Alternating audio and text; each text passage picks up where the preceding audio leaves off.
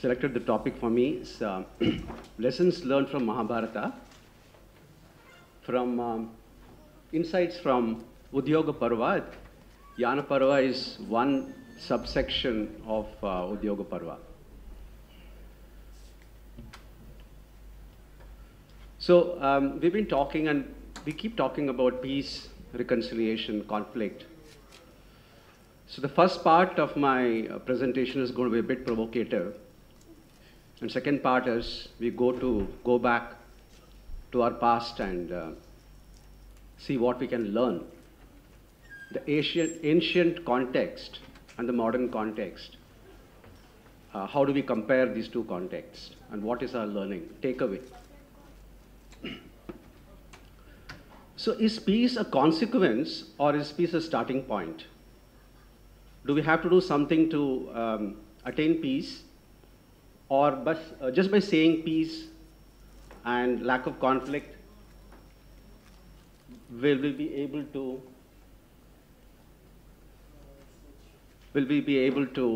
ensure there is peace? So what happens is, when we have seen this, right, on the road when two parties are fighting because of road rage, one person goes and says, don't get angry, and tries to separate this. And then the two parties who are fighting, we go and bash up this person who's coming and trying to make peace. And this happens in many places where we've seen in papers, where two people are fighting and then the third person goes and tries to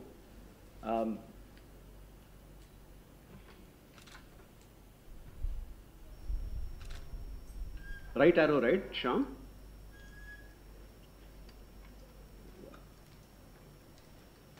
You put it back, Shyam. So, when you don't have a stake in the whole affair, then we can talk about peace. When I get into a road situation, I get angry. I understand.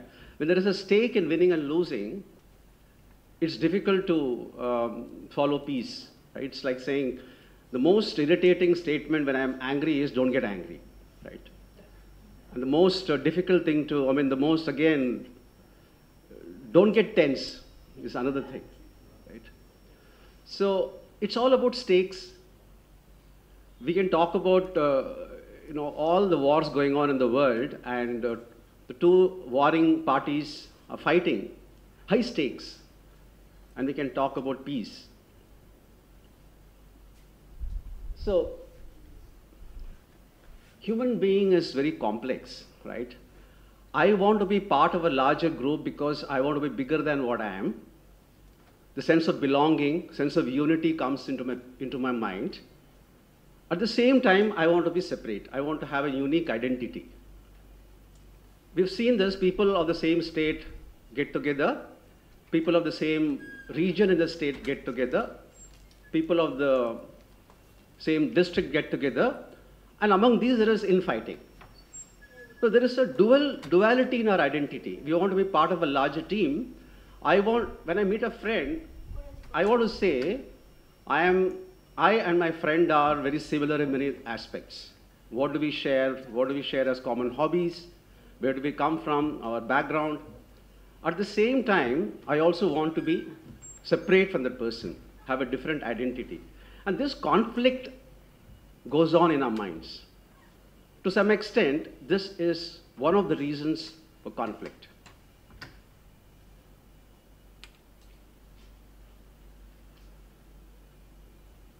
Same thing. A fundamental truth about human nature is our propensity to assert our differences and uniqueness, even as we seek to unite and belong. So let's talk about conflict. Two babies, they're playing, and it feels nice to see them playing and liking each other, and next moment they're fighting. They're fighting for pacifier, fighting for some food, or fighting for toy.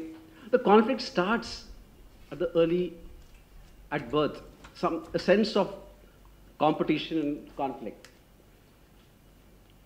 So Paramacharya said that even if you remove all the nuclear weapons, people will still fight with sticks and stones. So conflict is inevitable. If you agree with me, conflict is there to stay. It happens at home, happens between friends, at a national level, and definitely we all know as devotees of Sri Sadguru and Swamiji, the most ideal situation is when we are, kind of at peace with ourselves, spiritually evolved. But can we talk about the state always to everybody all around us? So what is the reality? Philosophers here can understand the positive and the normative. I think that's the right word. The normative is what should be, and positive is what is. So what is today? Let's talk about what is. From first principles, from commonsensical principles, and move on to what can Yana Parva teach us. Shyam, next slide.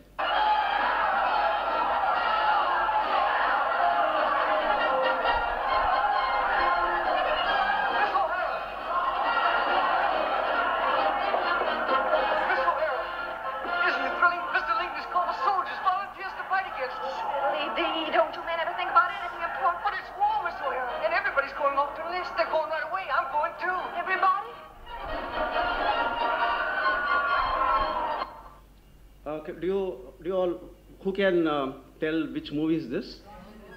Gone with the Wind, right? So they're very happy. Why war is declared? See the contradiction. They want war. They also want peace. And they realized that later. I don't know whether they realized it, but this, even till today, the debate goes on. The South versus North, the Yankees versus the Confederates.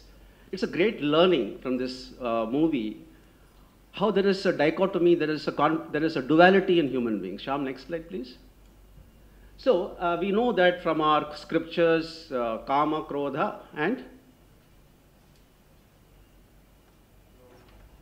Bhaya. Yeah, so three, you can, combination of all that can go into all the other composite emotions. So all three things are there in human mind. So it's a ripe seed for conflict.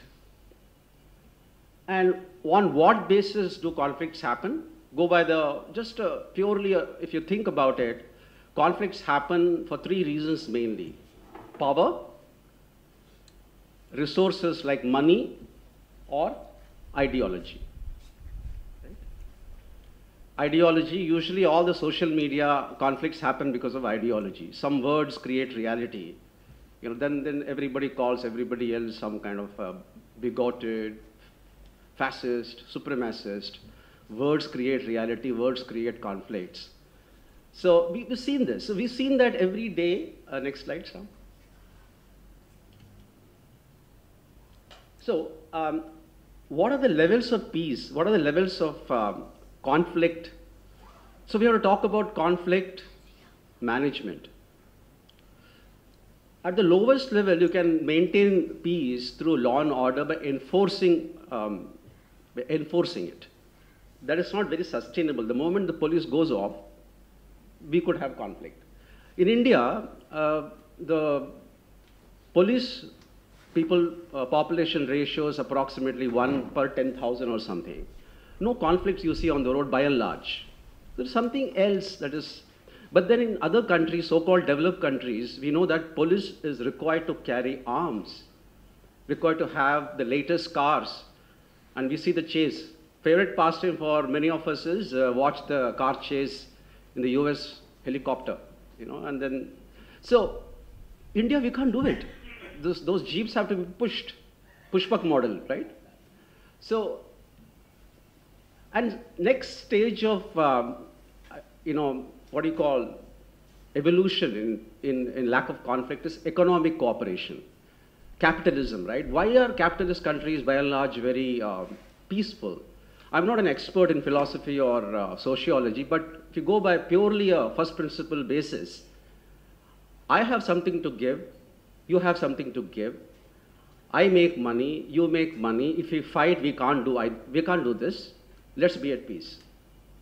The moment unemployment goes up, conflict in those countries do go up. Do we agree?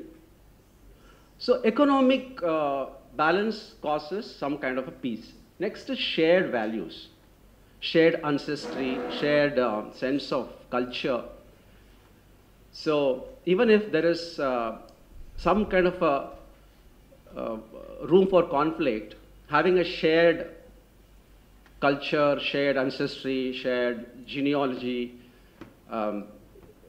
communal, not the communal that we use in India, community feeling, despite all the, for example, we've seen that, we are siblings have good relations as long as the parents live, right? We've seen Ambani's case. Right? What happens after he passed away? We saw a lot of conflicts. So the shared sense of oneness seemed to have gone away when the parent died, right? And last is spiritual. We all know this, right? When there is a spiritual sense of oneness, one God, not the one God of all, then there is an automatic realization, even if intellectual, even if it is not realized, that by harming somebody else, there is a karmic consequence to me. The very seed of hatred, the very seed of thought about harming the person can cause, the very thought of harming the person can create a seed of harm for myself, karmic. So until then, what do we do? So there has to be some strategies to manage conflict until we reach the level of all of us hopefully will get realized one day, and by then what do we do? Shyam, next. So the Yana Parva, we had, they decided, we all know that, they decided to go and Krishna was selected, was asked to go to Hastinapura and request for peace. And then look at this, what is behind in the background? Behind Krishna, they're preparing for war. So you cannot talk about peace if you are not strong. Only the strong can talk about peace. Vivekananda was asked if Tuffy is beating up the one weak person, what do? He said, why? Beat up that strong person, because he is bullying. So you cannot talk about non-violence if you are not strong, if you are not prepared for war. So, next one, Shyam. Self-explanatory. Next one, Shyam. Will this work? So Krishna was asked to go and negotiate peace. And then they also decided that, we will ask for 5 villages. And they had a clear plan of action that at least let's do this, some kind of scenario analysis. And Krishna went there, and Duryodhana invited Krishna for dinner, but Krishna said, no, I'm a negotiator. I cannot be seen to be, sitting with you and talking in private. I have to be seen only in public. So he refused the invitation, declined the invitation. Next. And then they all sat in the court and they discussed. And Duryodhana, next one.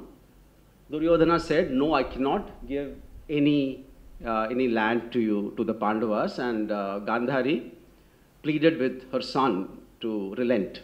And that did not make any difference. Next. And then, of course, we know the story of Duryodhana trying to arrest Krishna, and Krishna showed his real Vishwarupa. So the negotiator is coming from a position of strength. He's not going as a messenger. He's going as a strong man, right? So all of us cannot be showing our Vishwarupa when we are into this situation, but the moral of the story is we have to be very, very strong and convinced about what message we want to give. Next.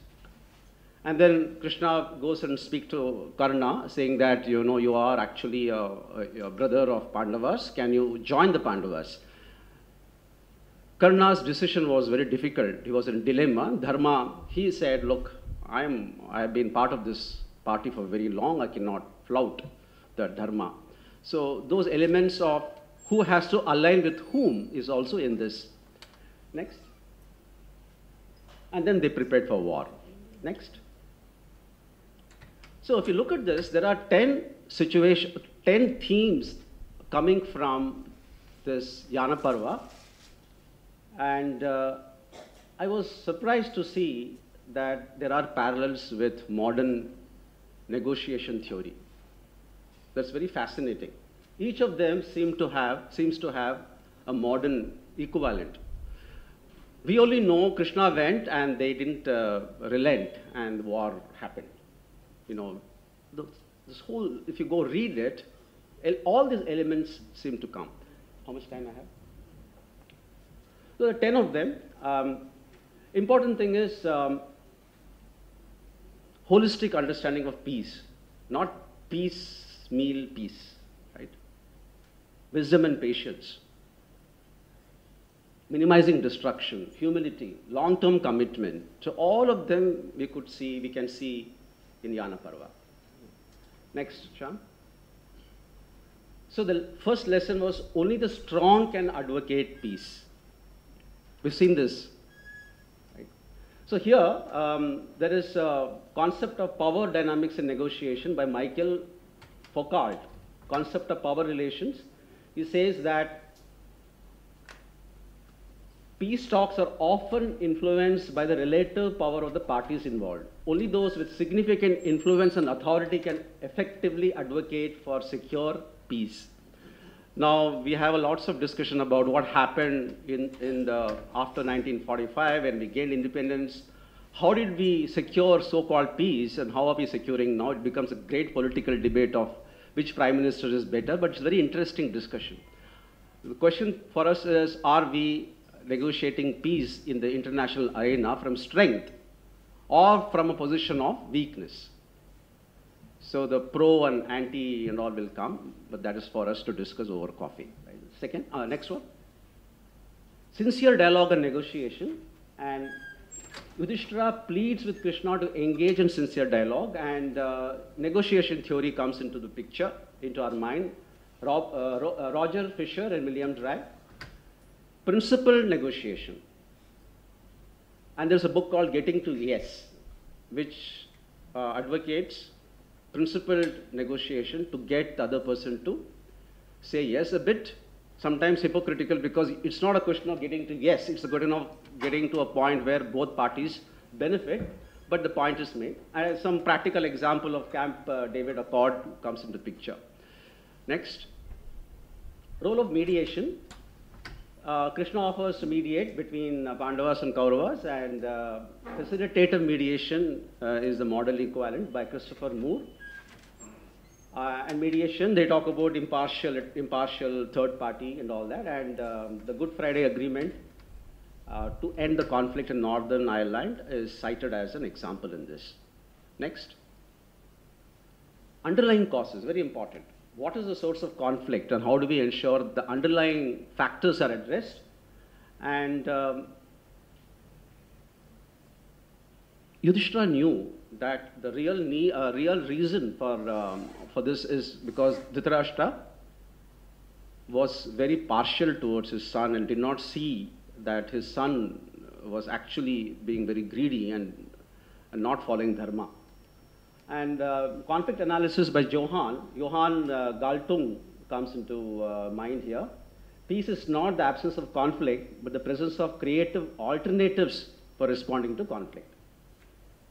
And the Truth and Reconciliation Committee, South Africa, is a practical example in the modern world. Next.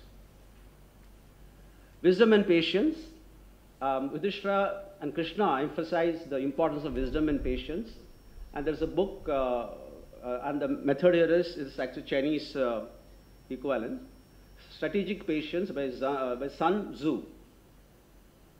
He will win who knows when to fight and also when not to fight. In modern international relations, the concept of strategic patience has been employed in the US-China relations. I don't know whether you agree with it, but there is a point of view. Strategic patience, maybe Cold War, they mean the Cold War. Strategic patience, last 35 years there was Cold War, right? Next. Proactive diplomacy. the Krishna went to Kuru Court and proactively wanted to avoid the war, so it was the preparations were made right quite some time before the war actually happened, and by the the former UN Secretary General, this preventive diplomacy is one of the theories, and the example cited is mediations in Kosovo conflict. Next. Ethical leadership, this is easy to understand, and the modern, we call transformational leadership. Right? And Gandhiji, Nelson Mandela comes into picture. Next. Holistic understanding of peace, which is understanding all the surrounding context of what will promote peace. And the theory is, modern theory is integrated peace building by John Paul Lederach. And the example cited is peacekeeping, peace building in Rwanda. Next. Humility and compassion. Of course, we know Yudhishthira and Krishna were a picture of humility, and they had great deal of compassion even for their enemies. And the modern method is restorative justice, compassion, right? Yesterday, we had a good discussion about retributive justice, right? Today, we have restorative justice. I miss the person who... One more minute? Yeah, thank you. And the Truth and Reconciliation Commission, South Africa, comes into our mind. Next. Minimizing destruction and conflict de-escalation of Johan Galtung comes into picture. Again, North Ireland peace process is a modern example. Next. That's it. So, the takeaway for us is, if we read our scriptures and the dialogue by dialogue, there is so much revealing for us, because when we read Mahabharata, we have read the abridged version that says, everything in just 4 or 5 sentences. If you read the chapter, every dialogue, every word that is used is so significant, and we can take a lot. The point is not to go and keep talking that, oh, we had everything in the past.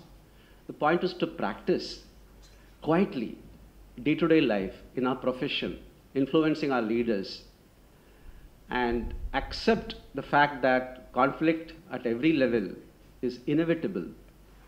And let's take a practical look at it, founded on dharmic ideals, without talking too much about it, but practicing it, and keeping our Sadguru and Swamiji in mind always, and going about the best way that our mind can tell us, guided by their grace. Thank you. Pranam to Swamiji, Pranam to Sadguru.